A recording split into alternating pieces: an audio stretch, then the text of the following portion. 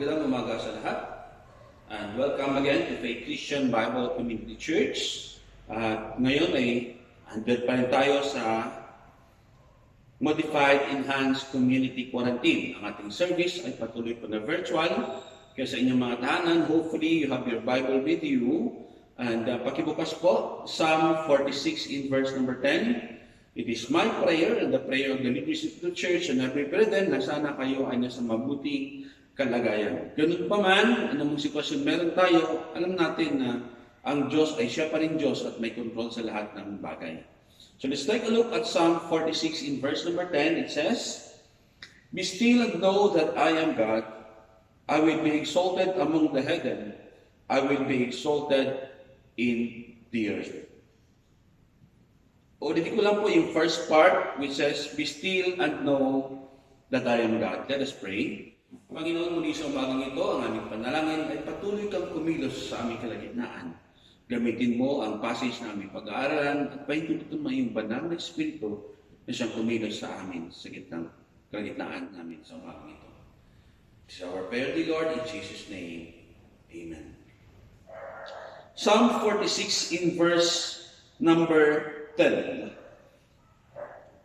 According to Pastor Jackal sa kanyang stories behind the Psalms, ito ay inaawit in celebration of the goodness of God sa kabila ng mga paghihirap na narasan ng mga Israelites, and para bang they were looking back kung saan they had been delivered out of the Egyptians, and nag-cross sila ng Red Sea, at yung mga humabol ng mga Egyptians ay nalunod, and ayun, they were now rejoicing. And in celebration of the goodness of God, ay inaawit nila yung Psalm 46 in verse number 10. Meron naman kay John Calvin na nare-relate niya itong Psalm na ito sa happening in 2 Kings chapter 18, verse 18 to 19, also in 2 Chronicles chapter 32, kung saan si King Hezekiah ng Judah ay napalibutan ng mga army ng Sennacherib, the king of Assyria. So, sabi dito, there are 46 towns and villages in Judah had been sacked, and over 200,000 residents had been taken captive, along with the spoil, and at least 185,000 troops surrounded Jerusalem, and it looked like only a matter of time before the city fell. But of course, proud Sennacherib did not reckon with the fact that Hezekiah's God is the living God who will not be mocked. Hezekiah prayed that night, and the angel of the Lord defeated Sennacherib by killing 185,000 of his soldiers. Pakitingin na lang po, if you have time, parecord po na 2 Kings chapter 18 to 19 and 2 Chronicles 32. It would also help quoting Isaiah 2 chapter 36 and 37. Now, whatever the situation is, when the Psalm 46 Psalm was written, it was written out of extreme adversity from which God had provided deliverance. Extreme. Sabi ko nga sa isa kong kaibigan, ang ating naranasan sa ngayon, lalong-lalo sa kawalan ng trabaho, hirap magnegosyo, at stake ang kalusugan, at hindi tayo basta-basta makalabas, di gaya ng dati. This is indeed a peculiar journey of faith. Bakit faith? Kasi sa lahat ng kawalan, hindi lang naman ang Pilipinas ang nakaranas, kundi yung buong mundo. Maaari sabihin worst ang nangyayari sa atin because mukhang iba yung pananaw, ang dealings with our government. But whatever it is, isa lang klaro sa atin dito.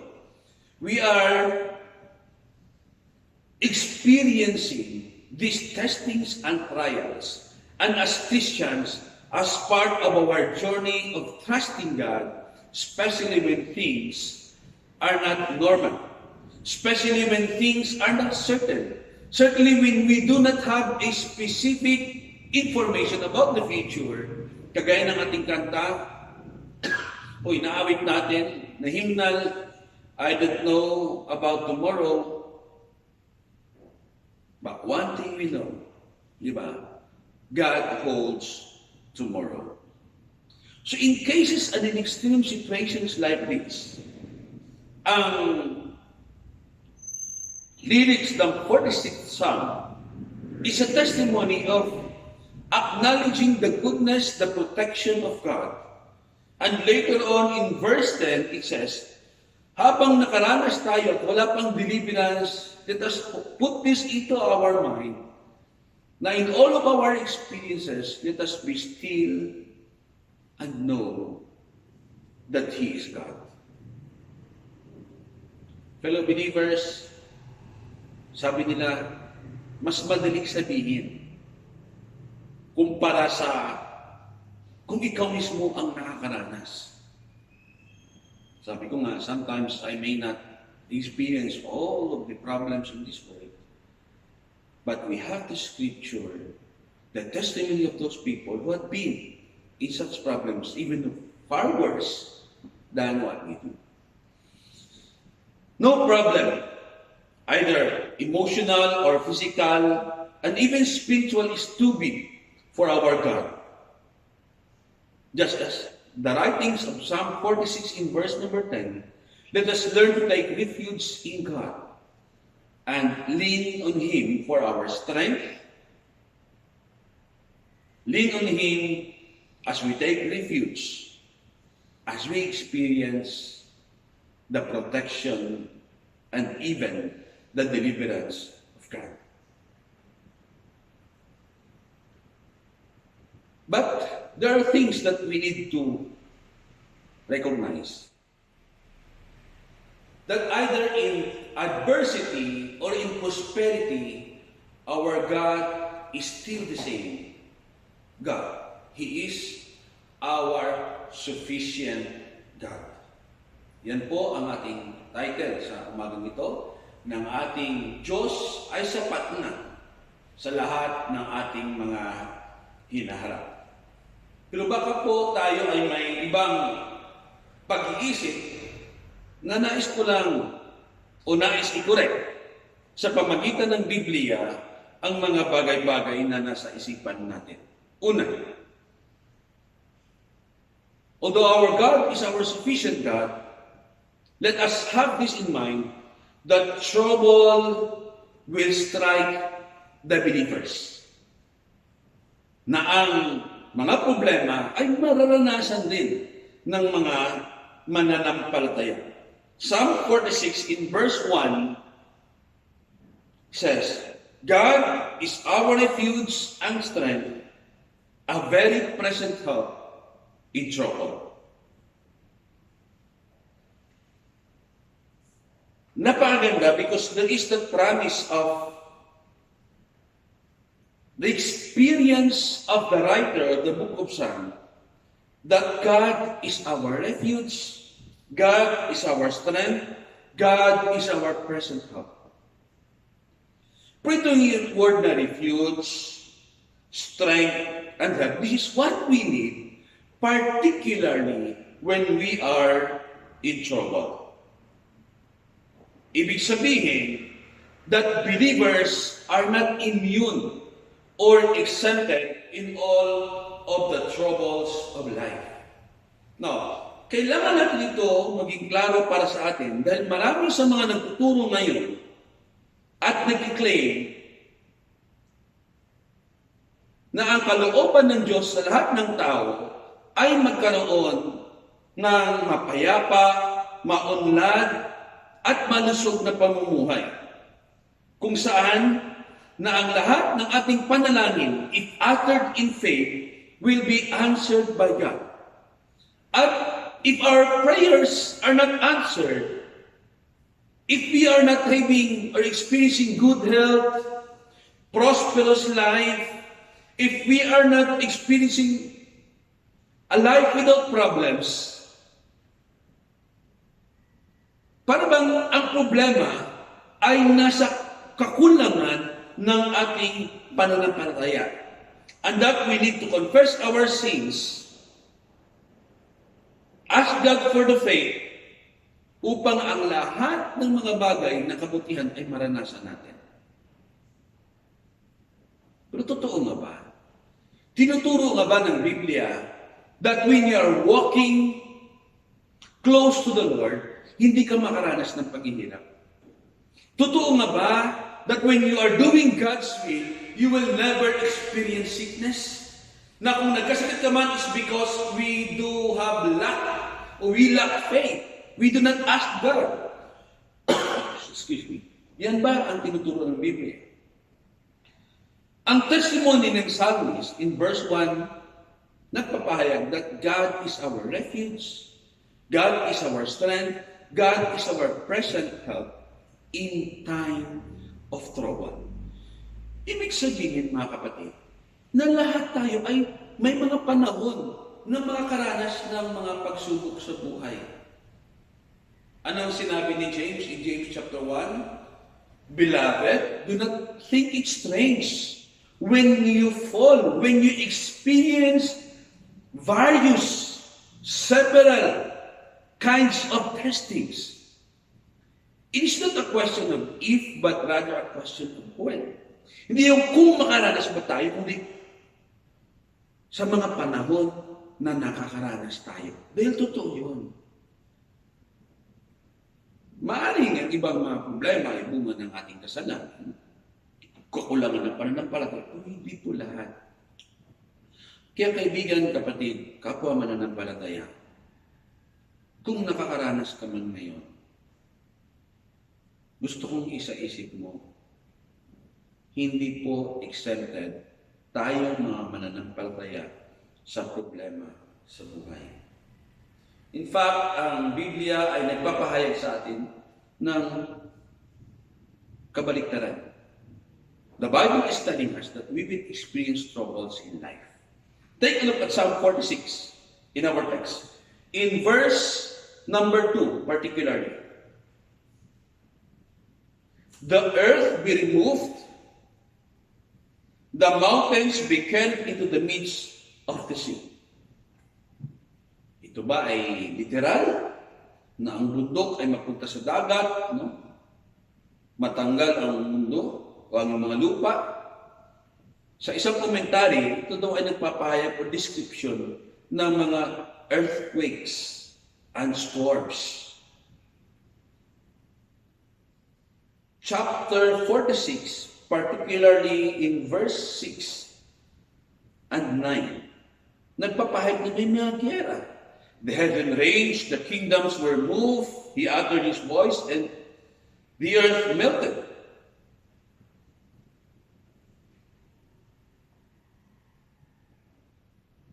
Pag binasa natin, ito yung verse 2 to verse 9, nagpapahayag ng mga nararanasan ng lahat ng tao.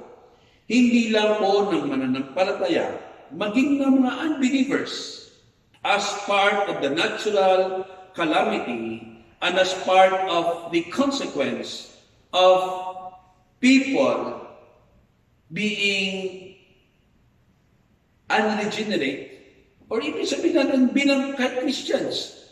Kasi maging Christians may mga gera at mga pag-aaway pa rin naman. So ito po ay naranasan ng lahat. Kaya ang sabi dito, in verse 8, behold the works of the Lord, what desolations he hath made in the earth. Verse 9, he makes wars to cease. Hindi Diyos ang author ng gera. May mga panahon na kailangan ng gera in order to eliminate the enemy. But according to verse 9, experience ng writer, it is God who makes wars to cease. He break the bow and cut the spear. He burneth the chariot in fire. Then in verse number 10, be still and know that I am God.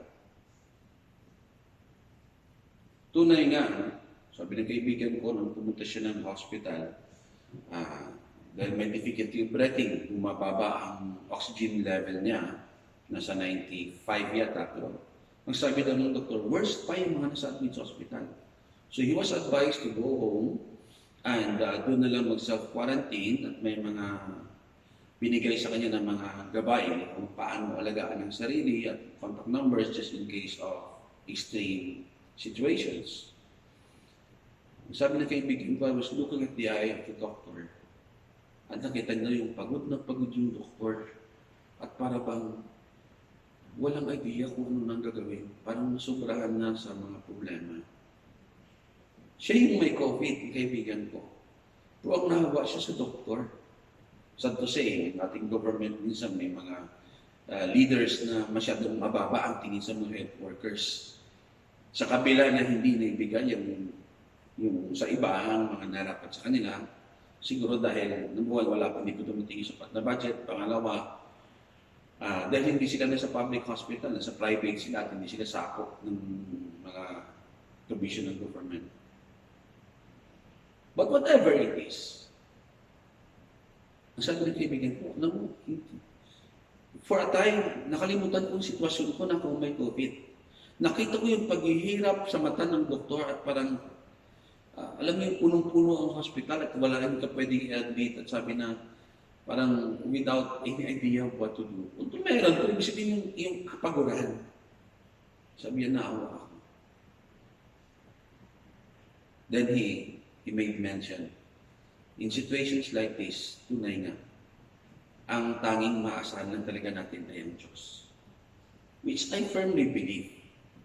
That even the doctors can do something, even the medicines can do something, true healing comes from God. Hindi lang po sa COVID. No? Biging sa mga problema natin, na He makes wars to cease, He makes troubles to end, it is still God who is the author of everything, na pwede tanggalin ang mga problema sa buhay. Bakit hindi tinanggal?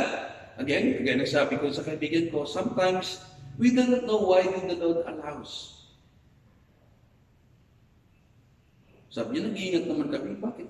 Kami pa. Sabi ko,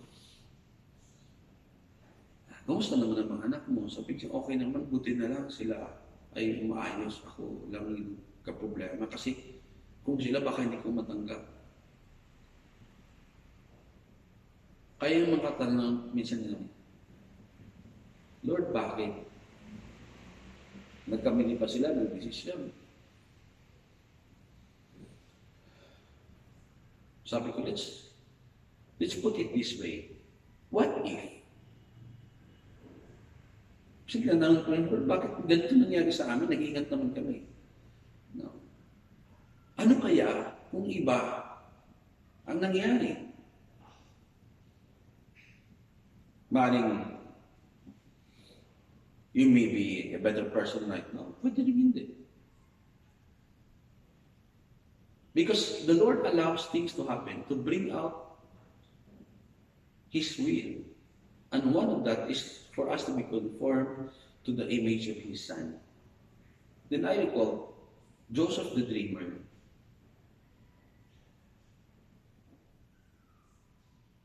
He was tempted by the wife of Potiphar. He refused. Ang sabi ng Bible, every day, Joseph refused because he feared God and he respected Potiphar. Anong ending? He was thrown into prison dahil ginawan siya ng kwento. For 2 years.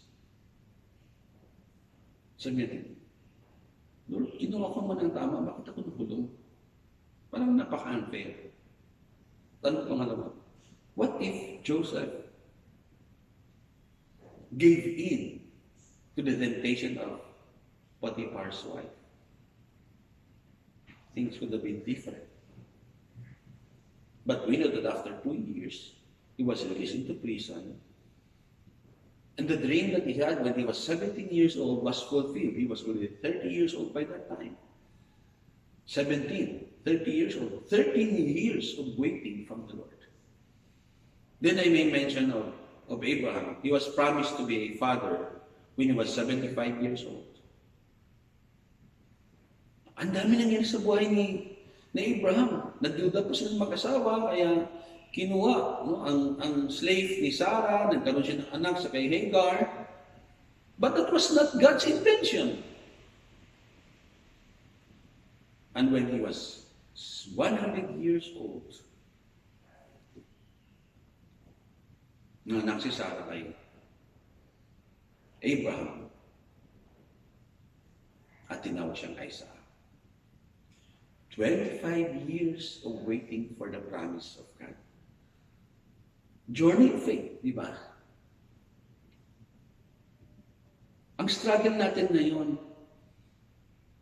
nag-start last year, matagal na, pero itong sa COVID na problema natin, last year, Lord. Hanggang kailan? Sabi ng kaibigan kong nurse, naku, nung parang wala nakatapos, may bago na naman na variant na malabas dito sa amin sa Florida, although things are being handled well. Economy namin dito, patuloy. May bukas ang negosyo, kasi medyo marami naman sa kanila na vaccinated and everything, unlike dito sa atin sa Pilipinas. Pero sabi niya, ang hirap pa rin. The struggle is real. Nakaranas siya, naging positive siya, maging kanyang husband, na pareho silang nurse. It was a great struggle and their testimony. Maaaring mahirap i-explain ang lahat ng nangyari. But when we are experiencing problems today, let the words of the psalmist be a comfort to us.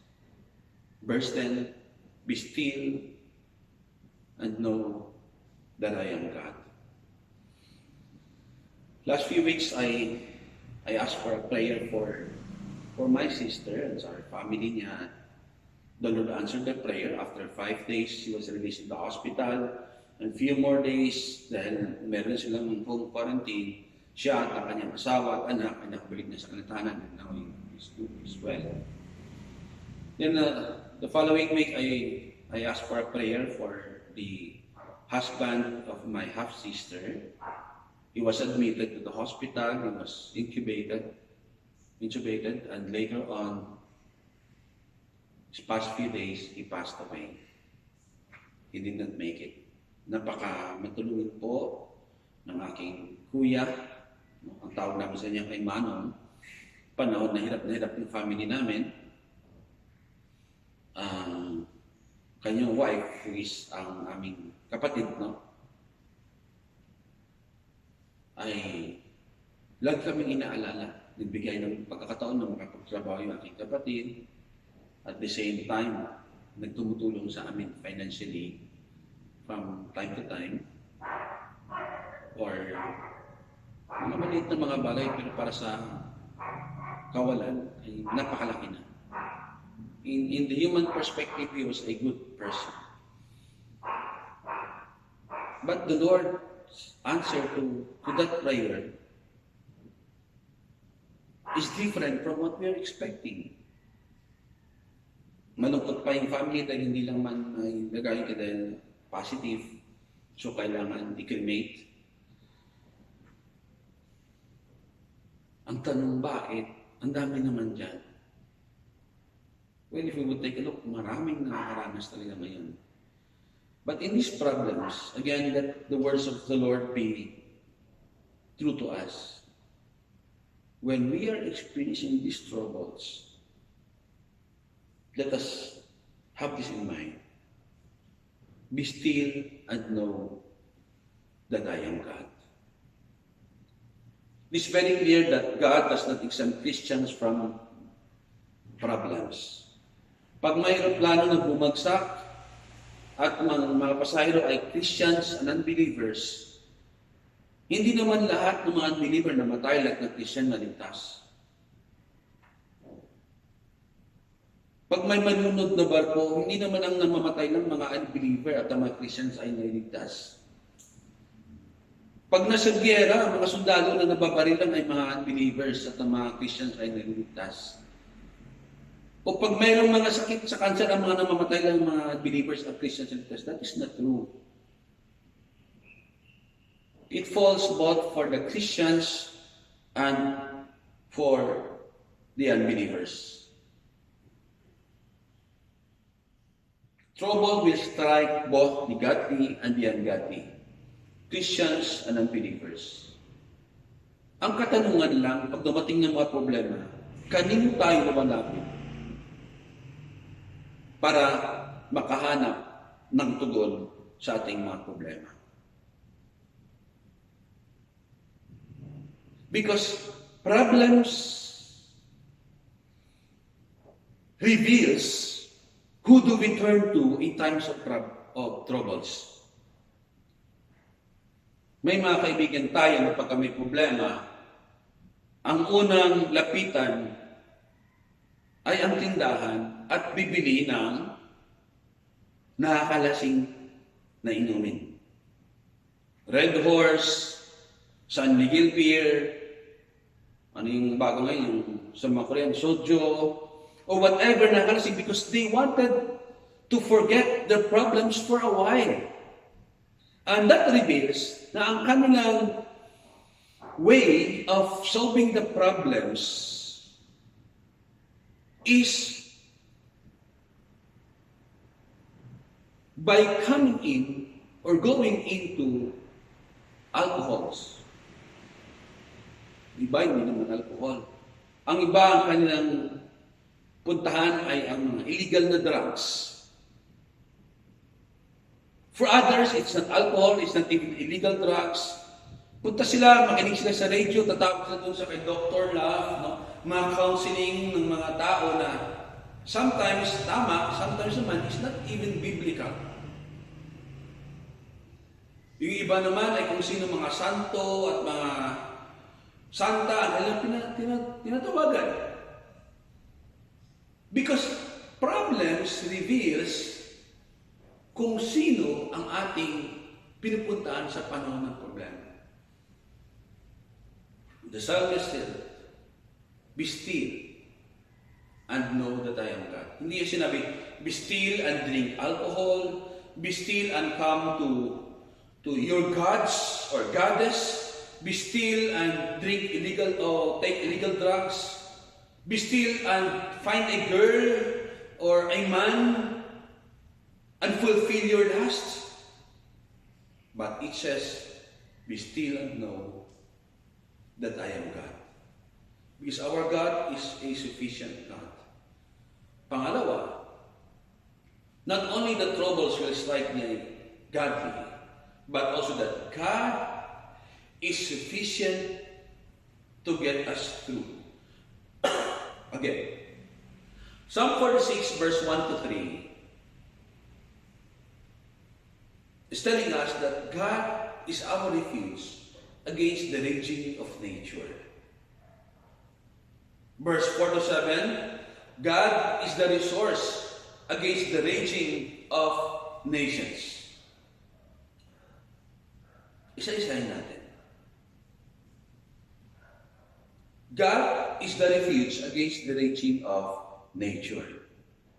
E paano naman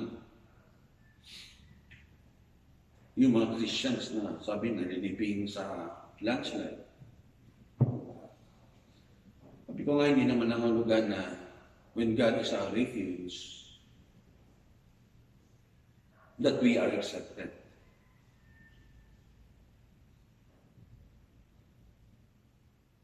Hanggang ngayon,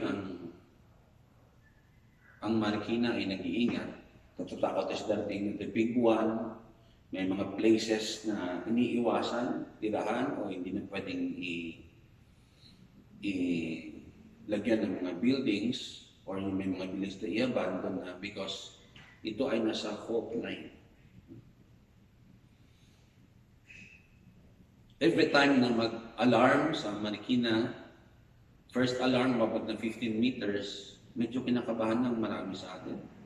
Second alarm, may mga nag-evacuate na. Third alarm, false evacuation. And in all of this, we are dependent on our government sa mga mangyayari at may sa provision. The government, no matter how sincere, how supportive, pero mismo ng ating government nagsabi, ubus na yung aming budget. Ubus na yung fund. kung tutuusin dun lang sa pagbigay sa panahon ng COVID, ay halos wala na silang maibigay. Paano pa sa panahon ng mga baha? Tag-ulan na naman ngayon. Tandaan natin na ang Ondoy ay dumating sa panahon ng ating church anniversary. Di ba? We could expect more rains and floods coming in. At sa mga panahon na ito, pwede sa evacuation center. Kaya nag-iingat yung ating government na hanggat maaari maiwasan yung pagkumpul-kumpul ng mga tao dahil baka naman doon naman maghawaan sa COVID. Knowing all of this event that is going on, when calamities is striking us, sabi nga natin, ano ito eh, nangyayari ito sa Christians at sa unbelievers. Pag sinabi natin God is our refuge, may pangyayari. But we take refuge, we take cover in our God. Yung iba, na hindi naman sila nakilala sa Panginoon, kanina sila nag-take refuge. Fellow believers, maganda na may mga kamag-anak kayo na may trabaho sa abroad. Pero ibigay mo ng trabaho sa abroad, may mga limitations. They cannot always give you help. May mga kaibigan at mga tao tayong maasahan, malapitan sa panahon ng problema. Posible nga na, nagkakaranas na sila ng problema. They are simply God's instruments. And when they are no longer able to help us because of, wala na silang pag-ibig, pagmamahal sa ating universe, because of the limitation that they themselves are experiencing problems, who do we turn to? Mas maganda ba na isisi lahat sa Diyos?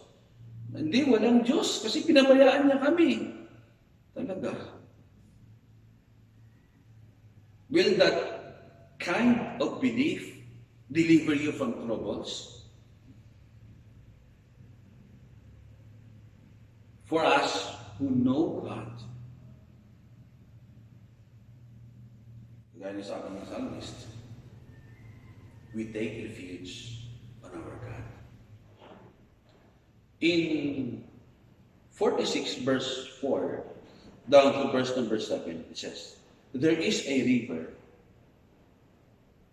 the streams thereof shall make us glad. The help of the holy place of the tabernacle of the Most High. God is in the midst of her. She shall not be moved. God shall help her. That right early. Alam mo, sa panahon ng problema, magandang dito, that in the midst of natural calamities, na may mga earthquake, mga bagyo, ang psalmist nakikita niya pa rin na in the future may magandang nangyayari. May earthquake pero may isang ilog na ito ay nanggagaling sa city ng Panginoon. Na ang Diyos ay, in control, in the midst that God is in control and hindi ito maapektuhan. Yes, there may be troubles that is coming in us. But within us, we can still be peaceful because we know that God is under control. Hindi para bang nawalan na tayo ng pag-asa. May makakapitan at may makakapitan tayo. Yan na laging sinasabi ng nanay ko, na hindi ko makakalimutan ng mga panahon ng bagyo, at we take shelter sa kapitbahay, sa bahay ng aking tiyahin. No? Na kung saan napanood na namin na ang bubong namin sa ihip ng hangin, natutuklap na. Tapos lumipad yung isa. Ay, napalit na ng hangin yung bubong, nilipad. Pag nilipad na yung isa, natutuklapan na. Nay, sunod na yung pangalawa. Nay, sunod-sunod na, wala na tayong bubong. ng aming tirahan. At ang sabi ng nanay, anak, huwag kayong mawala ng pag-asa. Habang buhay, merong pag-asa. Hindi ko alam kung saan hugot ang nanay ko ng lakas by that time. Hindi naman siya well-versed sa Bible. Pero ako parang naisip, ano nang mangyari sa amin? Alam niyo ba nung ending? Pagkatapos ng bagyo, walang natira sa aming bubong. O dahil sa maraming nagliliparang mga bubong, hindi mo na alam kung anong bubong ang natadampot mo. Sa pagdampot na yun ng mga bubong, sumubra pa yung yero. Kasi pati bubong ng eskwelahan nagliliparan, may mga nakuha kami siguro na bahagi din sa school. Wala na mga pangalan, di mo na makilala. Maybe siguro sa pagkakaluma, pero should I thank God sa sobrang bagyo dahil dumami yung yero namin? No. Isa lang ang gusto ko makita na pwede pala, no, na sa kabila ng maraming pagsubok sa buhay, you can look forward and say, we will get through all this and God is able to get us through. Kung ang nanay ko ay was able to say na, anak, habang buhay ang tao ay merong pag-asa, how much more ikaw, ako na may kilala tayo na merong Diyos who says in Psalm 46 in verse 10 that we are going through all these troubles, remember to be still and know that I am God.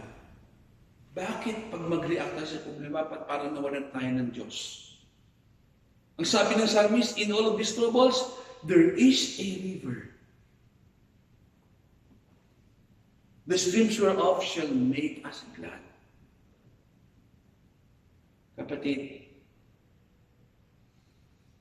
God is able to get us through in all of this problem. May isang babae na nagigib ng tubig. John chapter 4. Siyempre, kailangan tubig para mainom, papaligo, pahugas and everything. At along the way, nandun siya sa may balon, nandun ang Panginoon, humingi ng tubig. And of course, ang sabi ng babae, ako ay taga Samaria, ikaw ay Hudyo, paano humingi sa akin ng tubig? At ang sabi ng Panginoon sa kanya, kung alam mo lang kung sino, no, ako, ay kaya kong magbigay ng tubig, no, na unlimited. The living water. Parang ang hirap ano. Ikaw yung living water na sumay ka sa akin ng tubig. Bakit kaya? Well, that is the Lord's approach for the woman to realize. Kasi later on, as the Lord goes on, ang pangailangan ng babae ng tubig, ng Egyptian, ay naging way ng conversation para yung ending. The Lord is able to tell her that I am the Messiah, I am the one you need. Alam mo itong mga naranasan natin sa ngayon ay maaari siyang pagkakataon upang maibahagi natin sa ating mga mag-anak at mga mahal sa buhay, hindi pa Christians, for them to know our God. That this God is our confidence. This God is our present help in time of trouble. Paano naman kung may mga problema na gawa ng tao, particularly itong mga giyera?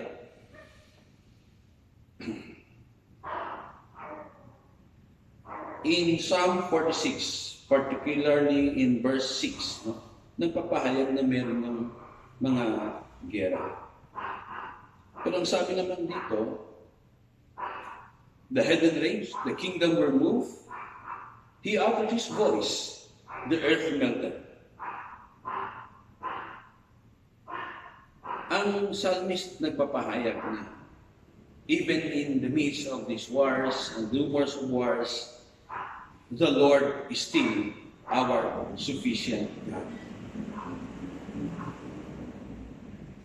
Kaya ang sabi sa verse 7, the Lord of hosts is with us, the God of Jacob is our refuge. Inulit niya, no? Hindi lang sa verse 1 that the Lord is our refuge, but rather in verse number 7 sinabi that God of Jacob is our refuge. Alam mo nangyari sa kay Jacob? Na ang story in the Old Testament ay nag-deceive ni Jacob, si Esau. At si Esau ngayon ay galit na galit siya kay Jacob because yung birthright na dapat sa kanya napunta ay napunta sa kay Jacob. And Jacob even wrestled with God. No, Lord, I will not let you go unless you bless me. In that text, sinabi ng Bible that the name Jacob was changed to Israel. Why? Jacob, being under trouble, he was looking for God to bless him. And true to the blessing of the Lord, walang harm nangyari sa kay Jacob. Kaya the God of Jacob is our refuge. If God is able to help Jacob, if God is able to preserve the nation Israel, He is the same God that we are trusting. Sorry. Didn't we realize that? Pag mag-open ako ng YouTube at titingnan ko on how the Lord had protected Israel, with the threats of several nations surrounding Israel, ang laging sinasabi ng mga comment, it's a miracle that Israel was able to stand before his enemies. It could not be denied that God is protecting Israel. And this is what the Bible is saying, that the Lord of hosts, the God of Jacob is with us, and He is our refuge. Christians, we are blessed enough. Yes, we are not exempted from trouble, but we have our God to depend on in times of trouble. Alam ko, in your walk with God, you could testify how good God has been to you, how good God has been in our family, how good God is with us in the past, in the present, and He will be the same God in the future. We can keep on trusting Him. Depend on our God as our refuge. Ito yung panahon na nasa gitna ka ng gubat at biglang ubos yung lakas na ulan at wala kang mga puno, hindi ka ligtas, then nakiwa ka ng cave.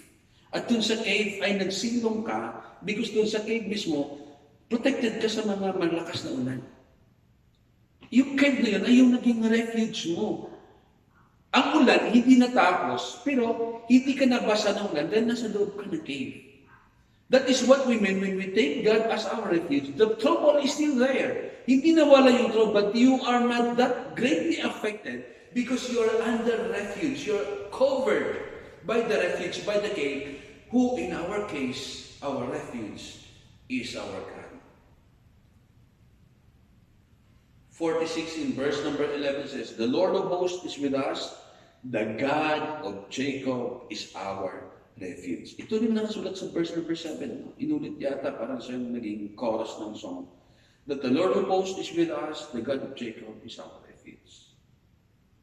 Kasama po, take note of the word, with us. Hindi ka po nag-iisa sa panahon ng problema. Hindi po ako nag-iisa. Kasama po natin ang ating Diyos. Sabi ni Gary V sa isa sa mga kanta niya, when you feel like as if God is not listening, tanong niya, natutulog ba ang Diyos? Natutulog ba? And the lyric of the song continue to tell us. At alam natin po ang sagot. Kasama po natin ang Diyos. So know God as the Lord of hosts. Host refers to both the heavenly bodies and even to the angels. He is the God, the Lord, the master of all angels. Our God spoke in the vast universe into existence and rules over the billions of stars and planets. He is the Lord of all armies of heaven with the short crashing phrases that hit the hammer blows. The psalmist shows us that the might of our God. Verse 6 of chapter 46, the heavens, though the nations made an uproar, the kingdom stuttered, he raised his voice, the earth melted. The Lord of hosts is with us. Hindi po siya isang katang-isip lamang, ugawa-gawa lamang sa ating mga isipan. Ang minention ko kayo na text in 2 Kings chapter 6, verse 8 to 23, sa panahon na si Hezekiah ay napaligiran ng mga armies ni Sennacherib, and Hezekiah prayed. God showed to Hezekiah, and answered Hezekiah's prayer by slaying the armies of Sennacherib.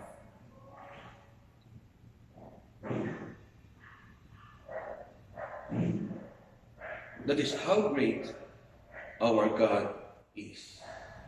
Pangalawa, know Him as the God of Jacob. Kaya sinabi ko kanina, sino ba si Jacob? As I mentioned just a while ago, siya po ay kambal ni Esau, at alam natin na nangyari sa book of Genesis.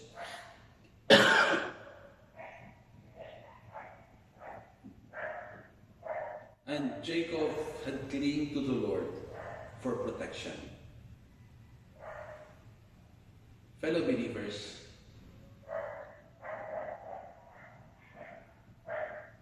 hindi lang po yung mga natural calamities. Marami may mga tao na gusto tayong sirain. Of course, we are not perfect. Maybe a part of it, we are partly to be blamed. But we can still hold on to the Lord and ask for His protection. Psalm 46 in verse number 4 says, there is a river, the streams thereof shall make us glad. But,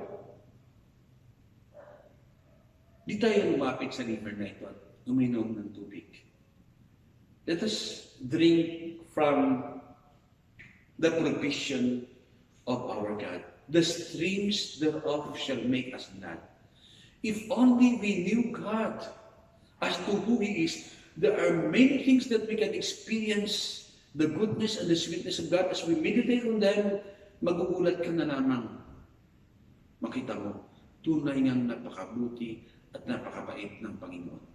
Ang sabi ng psalmist in Psalm 34, tingin verse 8, oh, taste and see that the Lord is good. Nasubukan na ba natin ang kabutihan ng Panginoon? Psalm 34 in verse number 3 says, oh, magnify the Lord with me and let us exalt His name together. Bakit niya nasabi yun? Psalm 103, di ba? Give thanks unto the Lord for all His benefits toward me. If you are a true believer, you have experienced the goodness of God, and we will continue to experience the goodness of God in our life. Depend on God as our refuge. Draw on Him as the source of our strength. God is our strength. And of course, verse 3, verse 1, sinabi din, that He is a very present help in time of trouble. Help. Tanong, have we asked for help? Lord, saklolo, di ba? Humihingi na ng tulong ang tao kahit anong problema daw. Hindi ko alam. Pero parang innate sa atin na pag may problema, ang unang tinatawag ay pangalan ng nanay. Kuwawa naman yung mga tatay, bakit nanay lagi? No? Nanay, inay ko po, saklolo. Pero paano kung walang nanay na pwedeng tawagin? Paano kung yung nanay had been gone in heaven already? Sana kung andito lang si nanay. Sana kung andito lang si tatay, hindi mo lang alam. Nang mali ka, oo, kahit na sagutin natin ng problema. Pero paglaki mo na, sila din may mga sarili mga problema. We know that. And we can only turn to God for help. Lord, saklolo, a very present help in time of trouble. Baka naman instead of hingitan ng saklolo sa Panginoon, Ibang tao ang ating inaasahan.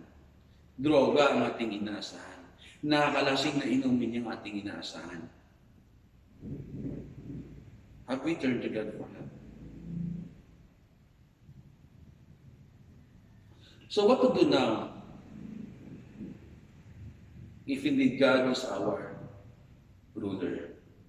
What to do now if indeed we claim that God is our refuge and strength in time of trouble? Verse 8.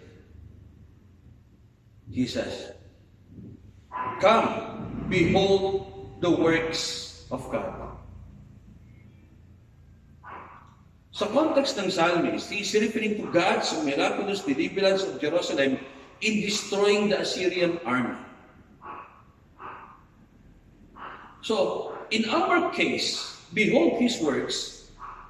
Tingnan natin kung paano tayo niligtas ng Panginoon sa kawalan ng pag-asa when we're still serving other gods, when we are trying to be righteous in the eyes of God, pero we are not. Then, somehow along the way, the Lord found us and we found salvation in Jesus Christ. Salvation of our souls. Then let us take a look at how God has been good to us even in the problems in the past. Sa pamilya mo, sa mga panahon na almost you are about to give up and the Lord answered your prayers. Napakalungkot na wala kang pwedeng matestify ng kabutihan ng Diyos sa buhay mo. No, I thank the Lord because sa ating anniversary, may matinawagan ako na mag-testify of the goodness of God. At lahat sila hindi nag-refuse. Wala ni isa man sana, ayoko pastor. They willingly, medyo nahiya, but they willingly accepted because indeed it was a great opportunity to express thanksgiving and share the goodness of God. Fellow believers, behold the works of God in your life. Hindi lang po sa ating buhay. Pwede natin ma-observe kung paano kumilos ang Diyos sa buhay ng mga taong nakikilala natin.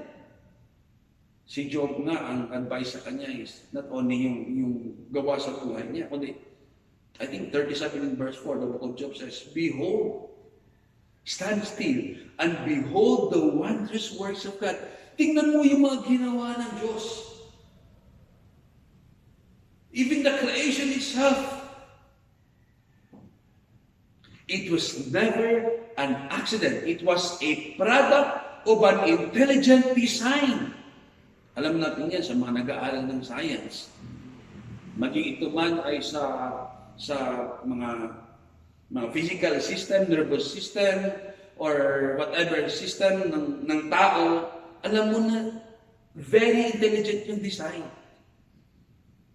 Sa mga machines, nag-wonder tayo kung paano nagawa. Then namangha tayo sa gumagawa ng design. Grabe, ang galing niya. Paano niya naisip yun?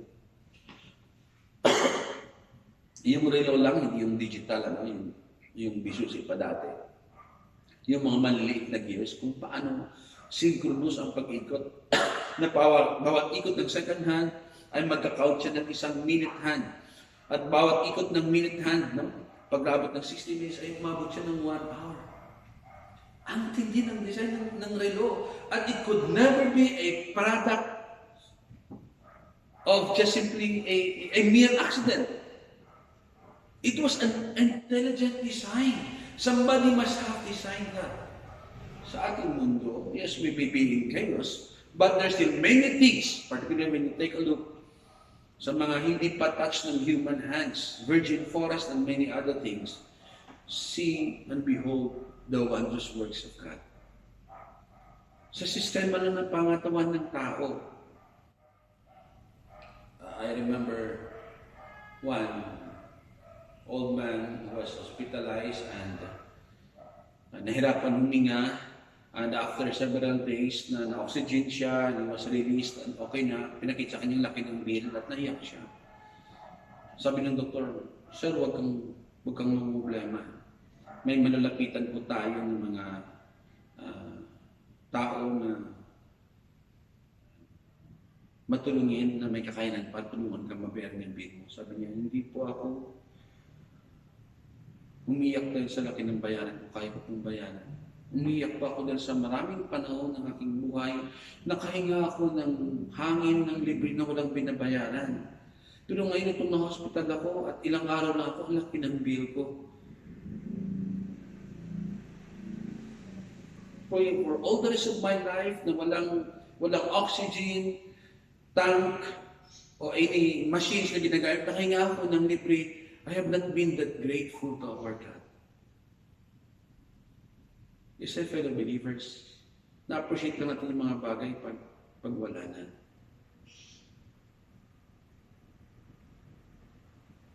Is God your Lord and my Lord? Behold the works of God. Kaya ang sabi ng psalmist ng Chinese verse 8, come, behold the works of our Lord. Then in verse number 10 it says, be still and know that I am God. Hindi sinabi, sige magrattle ka, sige magkraming ka, sige manginig ka. Ang sadya, be still. Believe that God is under control. Sa komentary, sinabi niya, the command is to cease striving. God is speaking to the nations who are fighting against these people and His purpose. You will not win, so you better quit while you still can. Pero ito din man ay pwede sa atin. When trouble is hitting us, let us not strive against God. Know that He is our sovereign God, even in our crisis. God will be exalted, glorified in heaven, glorified in the earth, and He wants us to exalt Him by submitting joyfully to Him in times of our trouble. After all, the chief end of man is not to live a happy life, a trouble-free life, but the chief end of man is to glorify God and enjoy Him forever. Itong krisis na ating nararanasan, is there an opportunity for us that even in the midst of this crisis, we can glorify Him and exalt Him? If that is true, then nobody can stop us in achieving our chief end. And we can glorify God when we defer to Him as our ruler in times of trouble. So finally, si Martin Luther, alam natin sa mga leader of reformers, na mga panahon daw na siya ay nagtatago sa mga threats sa kanya, mga excommunicate, at that time, kasi nasa kalagitnaan pa lang siya kung lalabas sa Catholicism or hindi, and many is after his life. There is one point na sa buhay ni Martin Luther that he even hid sa Wartburg Castle and spent almost 11 months na pagtatago. In the face of opposition and excommunication, the pressures from every side, Martin Luther stood firmly for the truth of salvation by grace through faith alone. And there was one occasion when he was very much discouraged that he would say to his friend and co-worker, come and let us sing the 46th Psalm. And they would start singing. I think one of the songs composed by Martin Luther, kung hindi ako nagkamali, but it starts with the line, a mighty fortress is our God, a bulwark never failing. Our helper He amidst the flood of mortal ills prevailing. Ito yung pinaghuhugutan ni Martin Luther ng lakas na sa panahon ng matinding problema at mga suliranin sa buhay, ang Diyos ang ating maaasahan at mapagtataguan. For us to experience God and experience God's sufficiency in times of crisis, we must be learning to experience it every day. And if we are not learning to depend on God as our refuge, to draw on Him as the source of our strength, and to defer Him to as our ruler when things are going smoothly, we will never know how when the trouble strikes. Remember this, that the crisis does not make a person, but rather crisis reveals the kind of a person you are. In time of trouble, who do we turn to? Alcohol, drugs,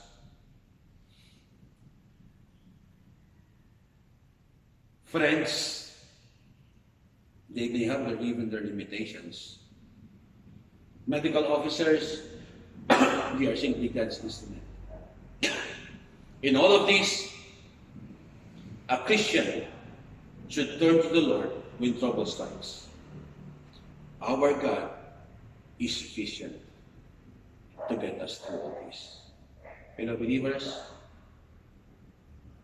sa mga mararanasan pa natin, let this word be clear in our hearts.